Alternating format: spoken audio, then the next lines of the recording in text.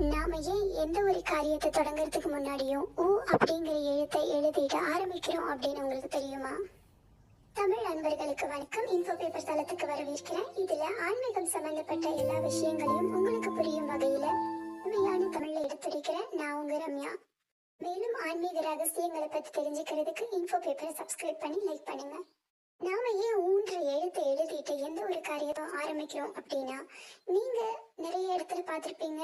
நம்ம கூட ஒவ்வொரு மந்திரத்தை சொல்லும் போதும் ஓம் கணேஷாய நமக, ஓம் சிவாய நமக, ஓம் நாராயணாய நமக அப்படின்னு எழுதுறது வழக்கம். இதுல ஓம் அப்படிங்கிற ஒரு வார்த்தையில ஆ உ இம் அப்படிங்கிற 3 எழுத்து அடக்கம்.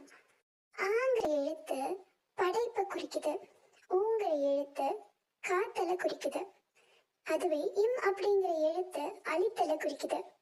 இதனாலதான் நாம ஊ அப்படிங்கிற எழுத்தை எழுதிட்டு, கடவுளே நான் செய்ய போற இந்த காரியம் நல்லபடியா நடக்கணும், எந்த ஒரு தடங்களும் வந்துடக்கூடாது, நல்ல நிகழ்ச்சி நடக்கும் போதும் அதுக்கான தடைகளை தகர்த்து நீ என் முன்னாடி என் கூட வந்து நின்று இந்த காரியத்தை நல்லபடியா நடத்தி கொடுப்பா துர்கா கணேஷா அப்படின்னு நம்ம இஷ்ட கடவுளை நினைச்சு எழுதுறோம்.